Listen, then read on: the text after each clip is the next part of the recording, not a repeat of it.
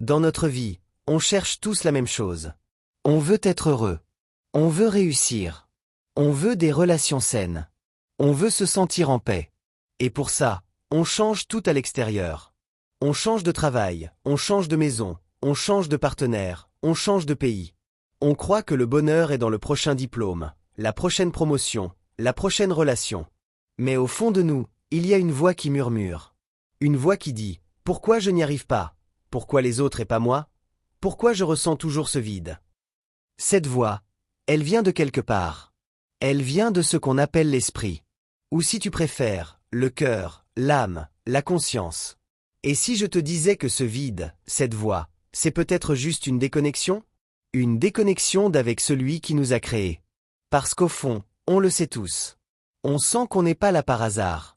On sent qu'il y a quelqu'un qui nous voit, qui nous entend, qui sait ce qu'on traverse.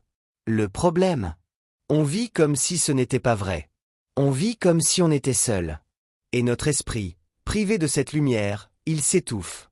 Aujourd'hui, on va parler de comment nettoyer cette pièce intérieure, et comment se rappeler simplement qu'on n'est jamais seul. La première méthode, c'est de ne pas attaquer ta journée sans préparation.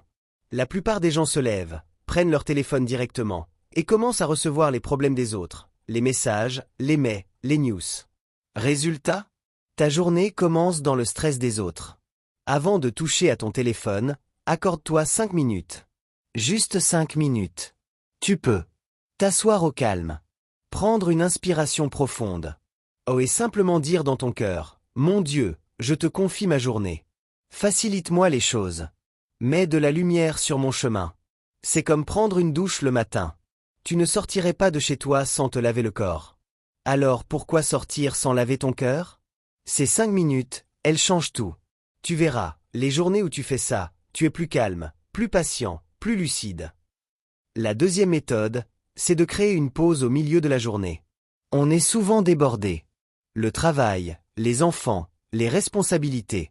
À midi, on mange vite fait, et on continue. Le résultat, on s'épuise, on s'énerve, on craque. Même 3 minutes. Tu t'isoles. Tu fermes les yeux. Et tu te rappelles simplement, Allah me voit en ce moment même. Il sait que je suis fatigué. Il sait que j'essaie de faire de mon mieux. Imagine un ami qui te soutient toujours, qui ne te juge jamais, qui est toujours là. Tu lui envoies un message de temps en temps, juste pour prendre des nouvelles. Cette pause, c'est ça.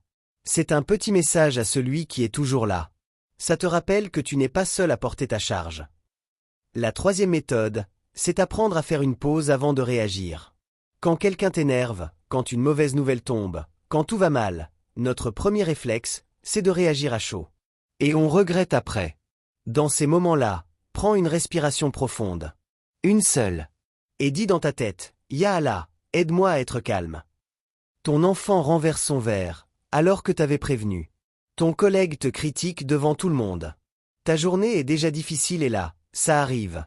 Au lieu de t'énerver, tu inspires, tu dis cette petite phrase dans ton cœur. Et tu verras, la réaction qui vient après n'est pas la même. Tu deviens plus maître de toi. Et ça, les gens le ressentent. La quatrième méthode, c'est la gratitude. Mais pas celle superficielle. Le soir, on a tendance à ressasser les problèmes. Ce qui a mal marché. Ce qui nous a blessés. Et on s'endort avec ça. Avant de dormir, trouve 3 petites choses qui ont été bonnes aujourd'hui. Peu importe leur taille. Aujourd'hui, j'ai croisé quelqu'un qui m'a souri. Aujourd'hui, j'ai eu un moment de calme. Aujourd'hui, j'ai bien mangé. Et après ces 3 choses, ajoute simplement, merci Allah pour tout ça. Même les jours difficiles, il y a toujours quelque chose. Respirer, c'est déjà un cadeau. Se réveiller, c'est déjà une chance. Cette pratique, elle t'entraîne à voir le bien. Et avec le temps, ton cerveau cherche naturellement ce qui va bien, pas ce qui va mal. La 5e et dernière méthode, c'est apprendre à lâcher prise avant de dormir.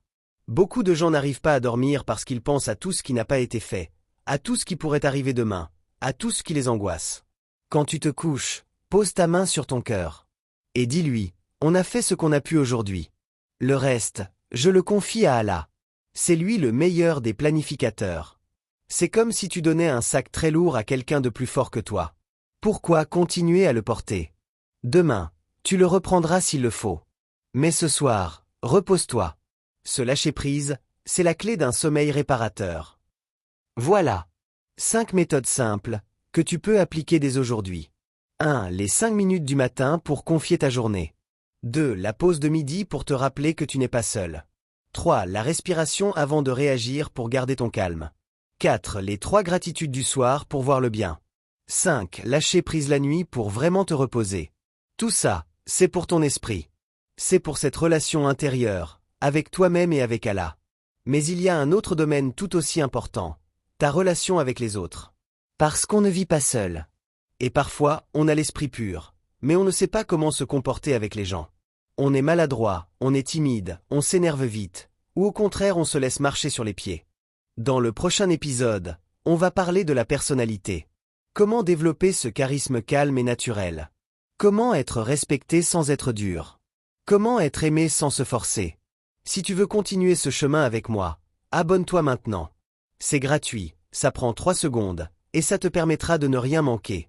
Parce qu'une vie équilibrée, c'est un esprit pur et une belle personnalité.